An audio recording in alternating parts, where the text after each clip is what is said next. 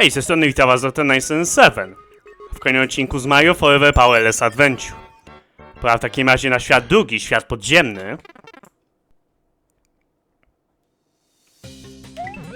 Zaczyna się dość niewinnie, ale będą niestety bardzo irytujące momenty do przejścia. Głównie dwa są takie fragmenty, które mogą nam spędzić sen z powiek.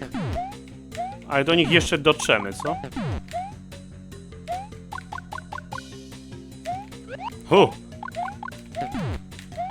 Dobra. Mamy checkpoint. Pierwsze koty za płoty, ale nie ciesz się, Mario. To dopiero początek.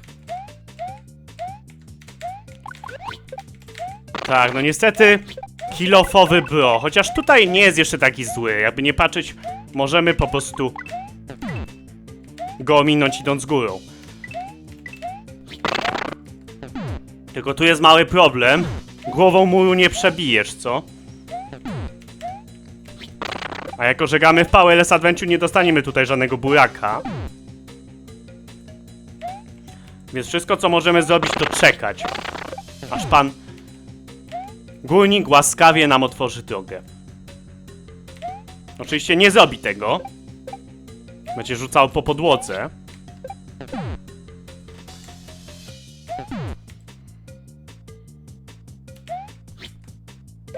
Już myślę, że kill-off zniknął.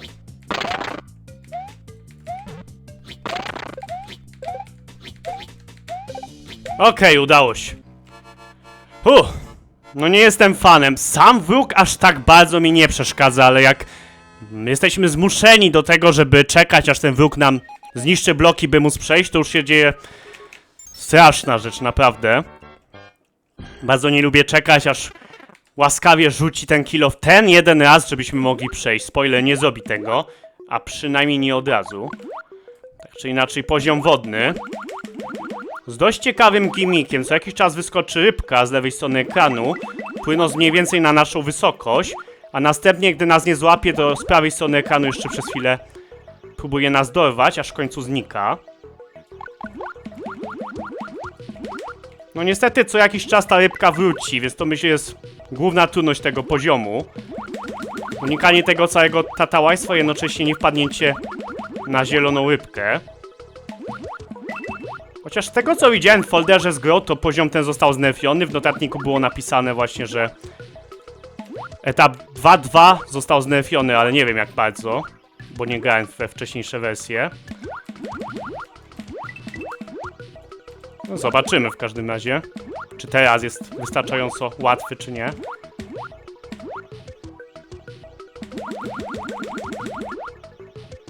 Okej. Zdecydowanie nie chcemy być w tych prądach morskich w momencie, gdy rybka płynie do nas, ponieważ bardzo ciężko wtedy będzie się z nich wydostać, jednocześnie nie trafiając w rybkę. Więc polecam jednak przeczekać czasami między tymi prądami, żeby nie trafić w złym momencie na rybkę. Okej. Jest checkpoint, świetnie. Oczywiście to nie koniec. Chyba nas będzie goniła cały czas. Dobra. No.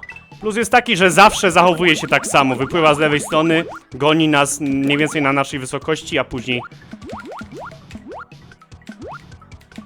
wypływa z prawej. O Jezu Chryste. Boże. To akurat było tragiczne. Dobra, jestem. Już czas się kończy, co?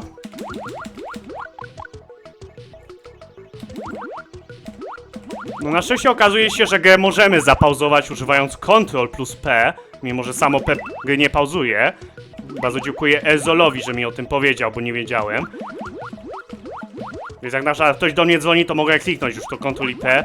Zapauzuję granie na zasadzie, że w tym momencie muszę kursorem przekładać na toolbar, żeby gra się zapauzowała, co by trochę zajęło. Okej. Nie ma jednak czasu do stracenia. Na lewo są tylko monety, chyba że jest jakieś tajne przejście.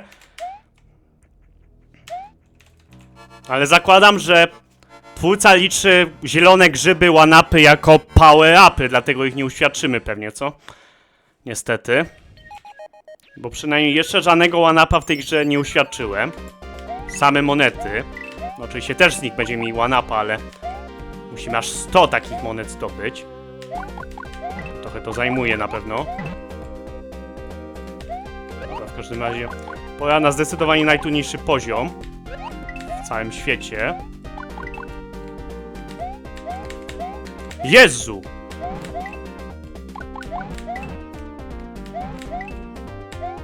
Okej.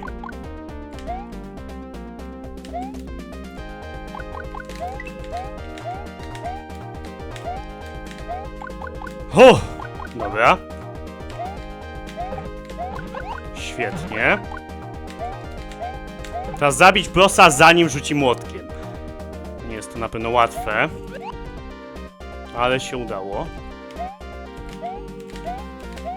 Nie wiem, czy te nietoperze to mają być słupery, czy coś innego? Wygląda jak słupery.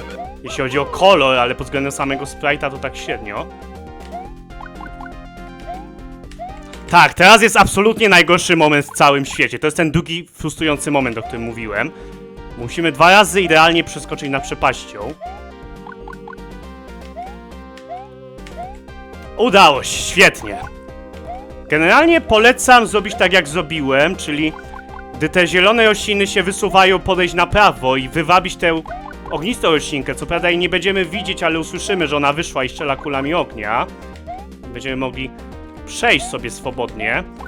No w teorii możemy niby nie skakać od razu, tylko przeskoczyć raz, a następnie przeczekać tam między tymi przepaściami, bo tam da się stanąć, tylko nie lubię tego robić, bo wtedy zatracamy prędkość, a bez prędkości ciężko jest tam przeskoczyć.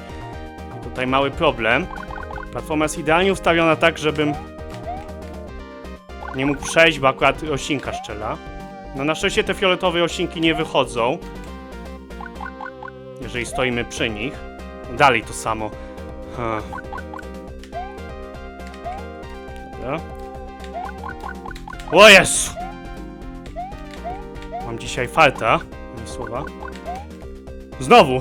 Jezu! Jak to możliwe?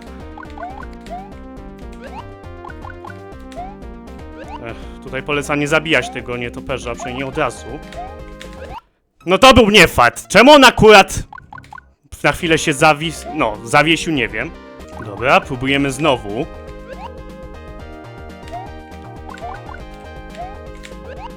Dobra, udało się.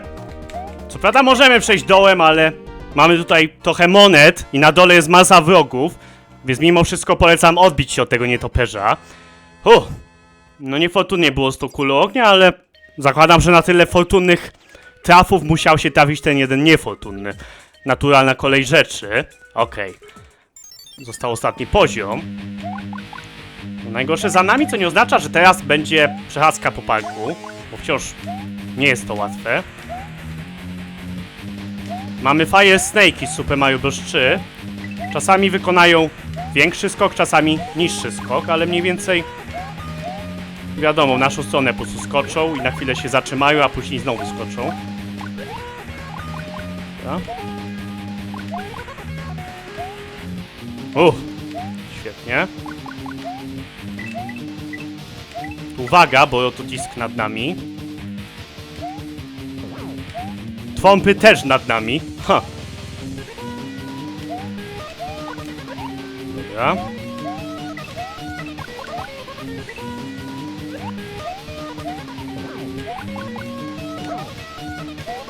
Mamy checkpointa, świetnie. I trochę żyć w sumie. Nabiliśmy sobie jedno życie z one-upa, ze zdobywania monet. It ain't much, but it's honest work, jak to mówią. Tylko no niestety tutaj jest taki przykry fragment. Tak! I to jeszcze nie jest najgorszy, za chwilę zobaczymy. O dziwo możemy w ten sposób ominąć Twompa. Wygląda jakby miał nas trafić, ale jakimś cudem tego nie robi.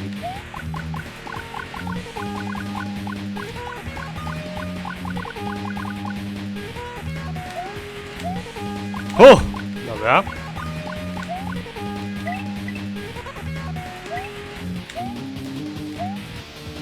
Świetnie. O! Tak, Fire Snake'i mogą wyjść z tych lokacji, w których są. No na szczęście giną od lawy. Znaczy nie giną w sumie od lawy, ale wiadomo o co chodzi. Spadają, już nie stanowią zagrożenia.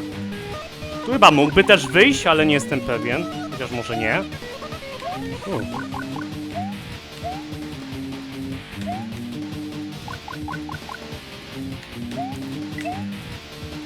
Udało się! Świetnie! No łatwe to nie było na pewno. Tu polecam wyskoczyć w momencie, gdy rotodisk jest na lewo, jest blisko nas i zaczyna iść w dół. Mniej więcej tak to robię i działa. W tym miejscu jest duży problem, bo może ten Fire Snake wyskoczyć na prawo i się znaleźć przy nas. Z jednej strony możemy dzięki temu go wywabić do lawy, z drugiej, jeżeli nie skoczy tak jak chcemy do lawy, to wciąż zginiemy pewnie, bo będziemy osaczeni. Okej, świat drugi ukończony. Świetnie. No, zdecydowanie łatwe to nie było, ani słowa. Zobaczymy, czy każdy kolejny świat będzie trudniejszy. No ciężko będzie pobić ten skok, co był 2-3, prawdę powiedziawszy. Ten skok jest naprawdę trudny. 10 razy trudniejszy niż reszta świata drugiego w sumie, ale to dobra, zobaczymy. Dzięki za oglądanie, to byłoby na tyle w tym odcinku, pora na pakiet pozdrowień. Pozdrawiam te osoby. Pola Kutrzaba, Wojta Zadosa Domagała, Dejpie Wysiadwanu, Ewi Filpeso, Vito Begins, Inado Jeczok, Pekek Wes, Nelson Inks, Inszyczak, Bez nazwy, Lemisli, Pomidor, Kosgame.pl, Piotr Haruk, YouTube, Michoła, XKX, Siazista, Kup, Szymek, 12, Koski 11, Batek Ademex, Baki, Bacze, Fire, Play, Yoshi, Fotin, Afresia 6, Szymecze, PM, Car Games, Damno, Demus, Mistrza Penio, Tomek 839, 839, Bandak, 06, Busta, Muś, Mario Forever, Toksyczny Baka, Kapto, Anandzyć, Mastercard, Kaloryfy, Mario Hostia, Fox, Rosja, Zepmin, 11, Dajosi Zde, Walker 68, Filip Polska, i wsiech Bandak z Markiem, BWM, Kenzo, Kecik 89, Shen. Dzięki za oglądanie, pozdrawiam bardzo gorąco. Trzymajcie się. Cześć!